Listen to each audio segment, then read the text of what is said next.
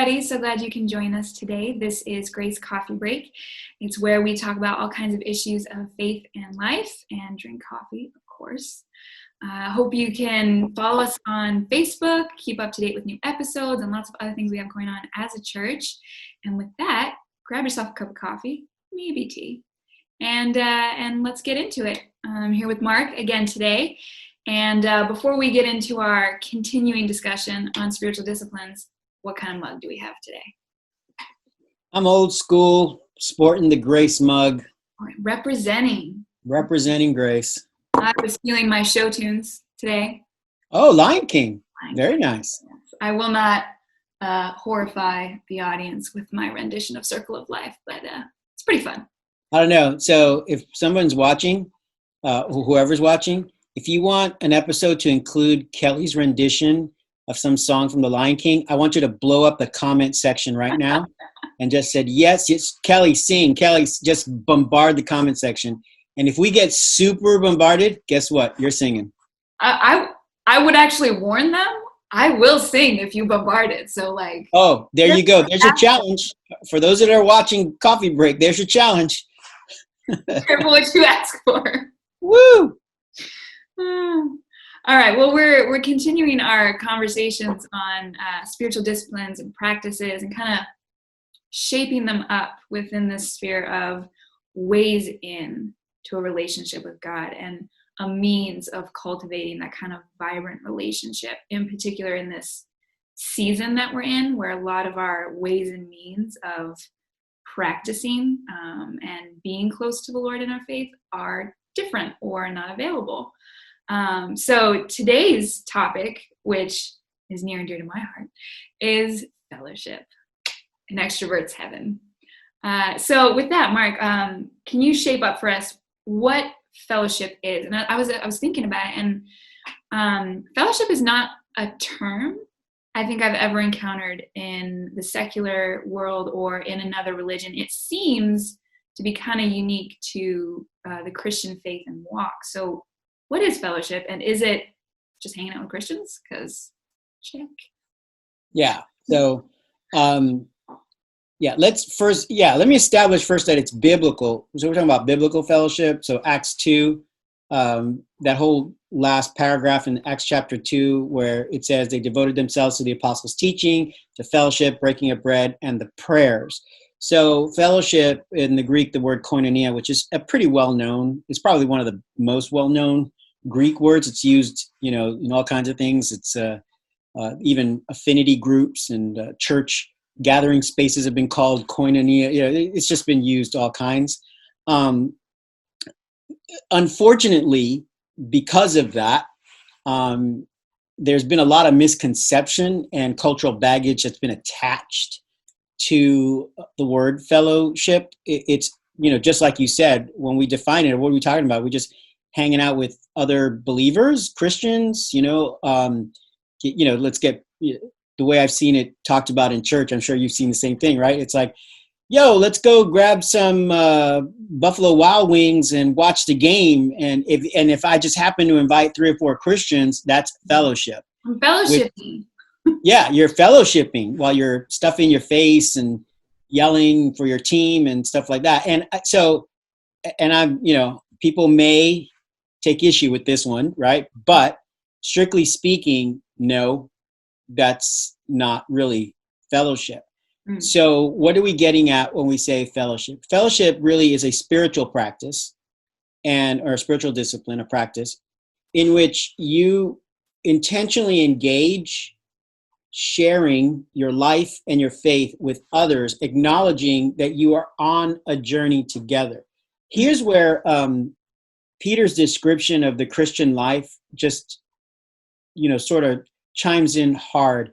In 1 Peter 2, I think it's verse 11, he's talking to the church and he calls them sojourners and exiles. Sojourners is the word for like pilgrim. Mm-hmm.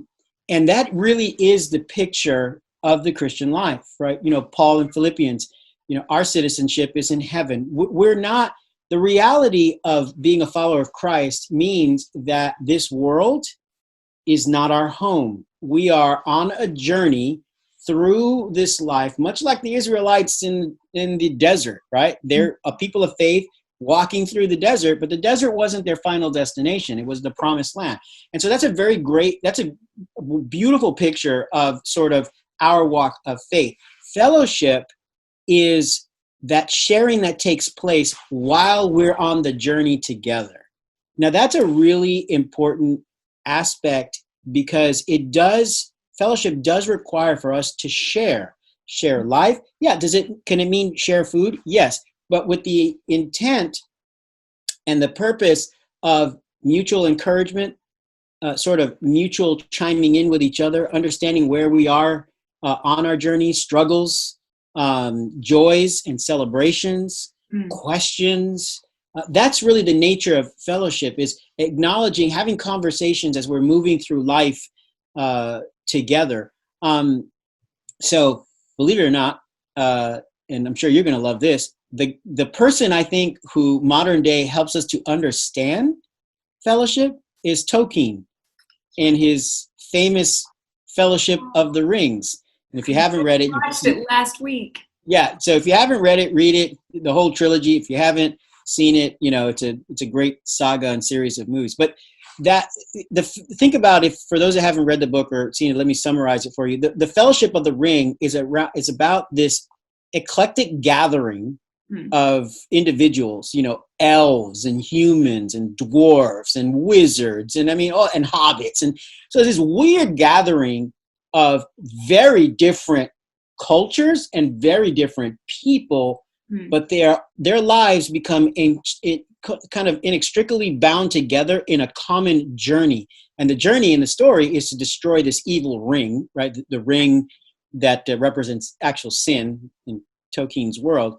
And so they're committed to each other in that they are walking out this journey together. And that really is a picture of what biblical fellowship is about. What I love about Tolkien's picture is that as you're following the story, and even the movies to a certain degree sort of bear this out, you're following these characters, and each of them have their own story. Each of them have their own experiences. Each of them have their own challenges, their own shortfalls, you get to see sort of the inner world of every individual character, but it's always then brought together in this fellowship, right? In this common mission, in this common journey.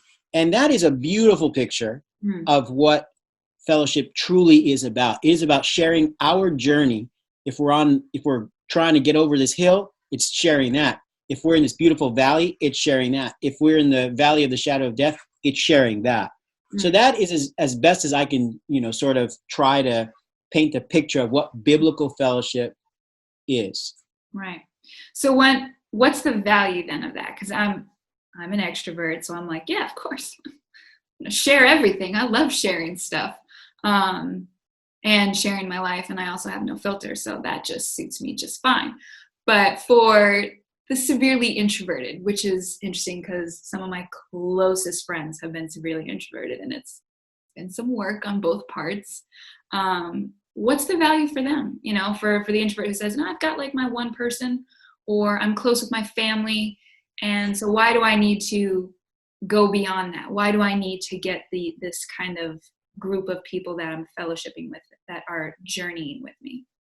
Yeah. So I think, whether you're introvert or extrovert, with any of the disciplines, some are going to come easier than others. So let's acknowledge that everyone's different, and practicing certain disciplines are going to become, almost like second nature for some, and really a stretch for others. So I want to acknowledge that, there's no one right way of doing this. You sort of have to discern, as we talked about last time, right?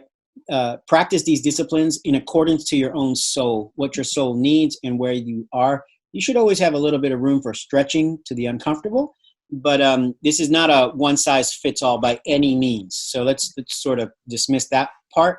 Right. The other thing that's important, before I address the introverts, is to understand that this is a means, right? All these disciplines, fellowship included, is a means to experience God's grace, God's presence, God's power in unique and unusual ways. And so you don't want to miss out on that point, because it's not just, oh, let me talk about my life, right? We talk about sharing journey. Oh, let me just talk about my life. Yes, you are sharing your life, your struggles, your joys, and as we're journeying together, but you're posturing your heart in that sharing to listen and to see and to understand, how does God's grace work? Look at how God's grace is working in this story with this, my friend over here. Oh, look at how God's grace is over here working in this very different story with my friend over here. And what ends up happening, if you pay attention, right? This is the heart of biblical fellowship. If you pay attention, you start actually seeing, tasting, if you will, how God's grace differs from person to person, and how it is a strength. It is a source of healing. It is a source of hope. And that right there becomes an incredible encouragement for you, no matter where you are, right? That God's grace is active and working. It's like, it's this idea that I think it's in Hebrews is a good example of this. In Hebrews 13:6-7, the author of Hebrews is saying, obey your leaders, right? Imitate the outcome of their faith, right? So, and then that's, I think, verse 6 or 7. And then the next verse, which everybody knows, and it moves just quickly. It goes, for Jesus Christ is the same yesterday, today, and forever, right? Everybody knows that one. Right. So the idea there that the author is making is, hey, look, you see how God is working in your leader's life, in these other lives, in your friend's life, in this life? Pay attention, because Jesus doesn't change.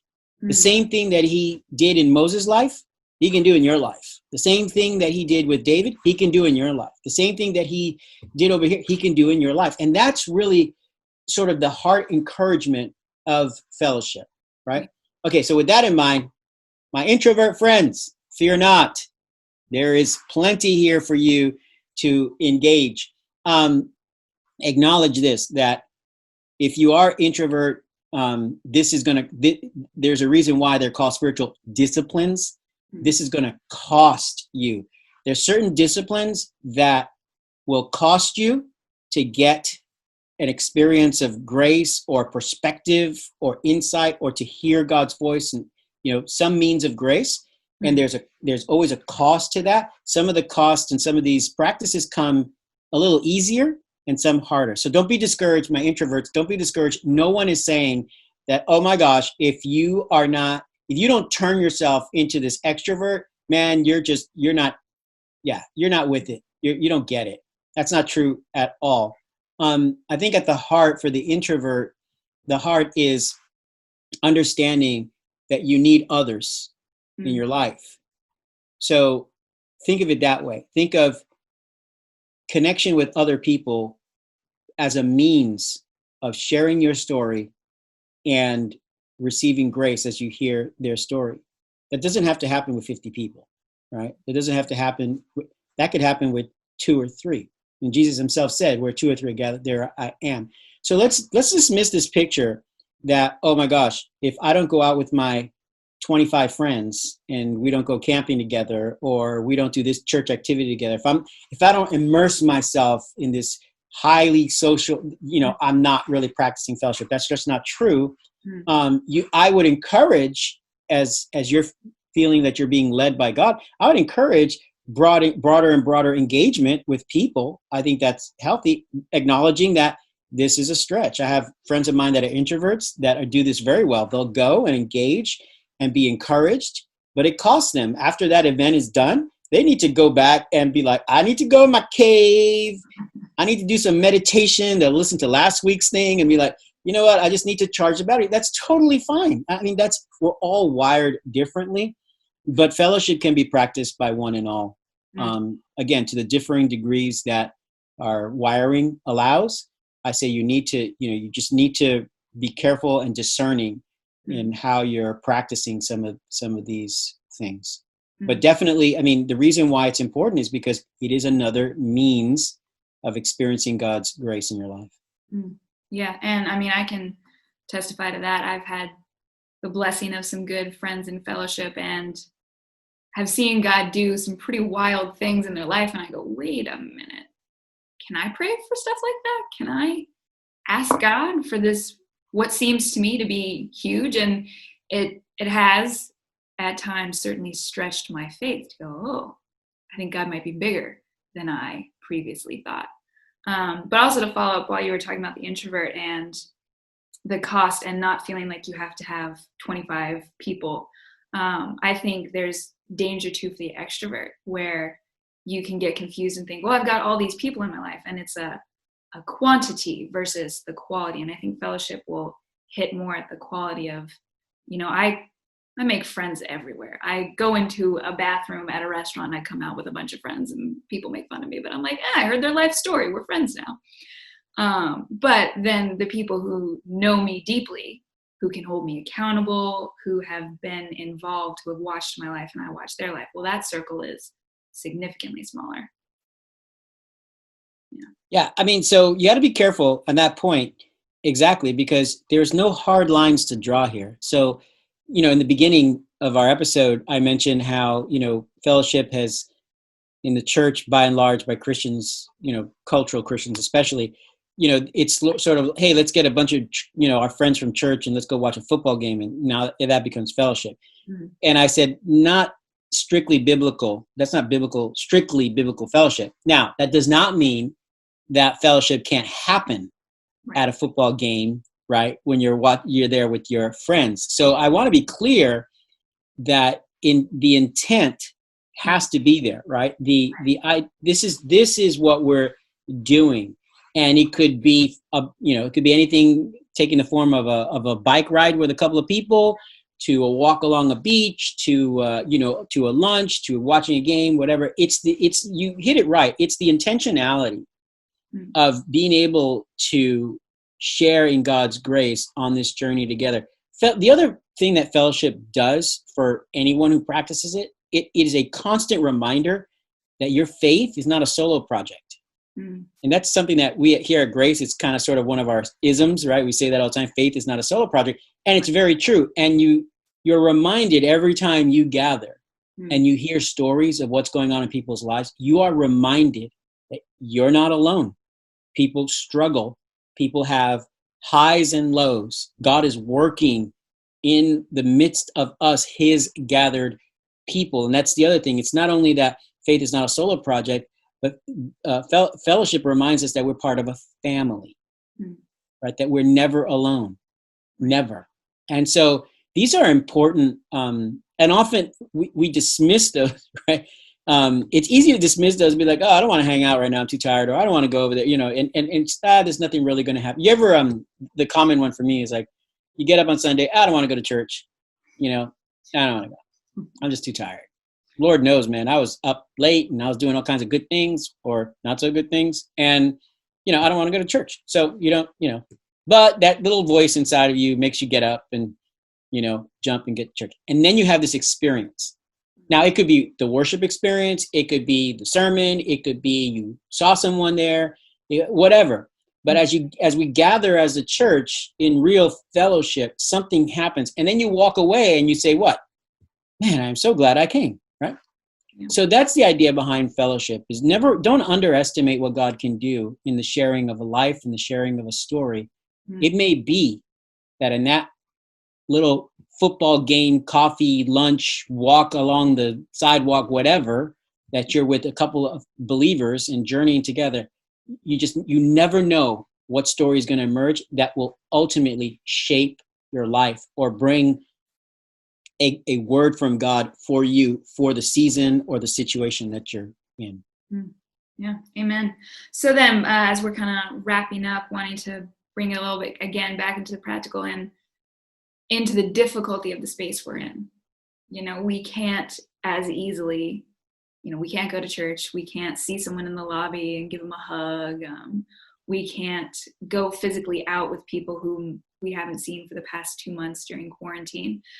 So what then might be some simple ways into fellowship? Because it seems that, if it's a biblical practice, we should be able to practice it no matter the circumstances. Yeah, that's an excellent question. So especially in light of how we are now, right? How do we do this? So I'm going to forego the sort of the obvious things that people have been doing, right? We're doing a Zoom call, right? So there are all kinds of technologies now available where we can sort of kind of connect, even though it is not being in the same physical space. And right now, in the short term, that's a viable avenue, right? It's viable because of the situation that we find ourselves in. I think one of the things I would say is, in terms of practice, is let's understand what binds us together. Okay, so a moment ago I said fellowship reminds us that we are part of the family of God, right? We've been adopted in Jesus Christ and part of the family of God. That's what binds us together. The life, the death, and the resurrection of Jesus. Placing our faith and trust in who he is and what he's done, by virtue of that, we are adopted into God's family. That's what makes us family. Now, why is that important? Because we can be strained to think that if I don't have physical contact, oh my gosh, if I'm only doing Zoom, if I'm only getting, whatever, this, I'm going to fall apart. You're not going to fall apart. You're not going to drift off. You know why? Because of who Jesus is. He is the foundation of the family. He is the chief cornerstone that holds the whole building together. Yeah, it can get difficult and we can feel isolated. We can feel lonely. We can try to reach out. I can't tell you how many stories of people try to reach out to their church or to their community, to a friend, only to be met with silence. And that's an awful thing. It's a painful thing. But understand that even though we all experience those disappointments and we walk through those valleys, we nevertheless are not alone. We belong to a family. I think one of the great things in eternity is we get to see how big the family really is. And we get to enjoy, right, together. Oh my goodness, this is my family, for all eternity. Here's my family. And I think it's important to just remind our own souls when we're feeling like I've tried and I'm not connecting, or I'm not, it's a good time to supplement fellowship with other disciplines that will help you remember that, no, there's a primary fellowship, and that's fellowship with the Father, Son, and Spirit, right? Who, notice, is a community. God is a community within himself. We won't get into the Trinity because it'll take us 87 episodes to unpack that one. But so it's remind your heart, remind your soul about these truths, because I think they're really, really important. It's just another way of understanding fellowship during tough times, during the times where we can't physically gather. Yeah. Well, thank you so much for kind of walking through that, unpacking it with us. And again, that kind of gracious encouragement that even though it's different, even though it's disappointing at times, we ultimately have fellowship with the Father, and we look forward. And again, there's that eternal mindset of, fellowship will be fulfilled ultimately with our family. And that's pretty spectacular hope to hold on to. Yeah. Well, thanks everyone for joining us. I hope you enjoyed listening and hearing a little bit more about fellowship, and hopefully you had to take a breather, take a break, enjoy a cup of coffee this week. And stay tuned. Like us on Facebook, follow us. We post new episodes every week, and we'll see you next time. Stay healthy. God bless. See you guys.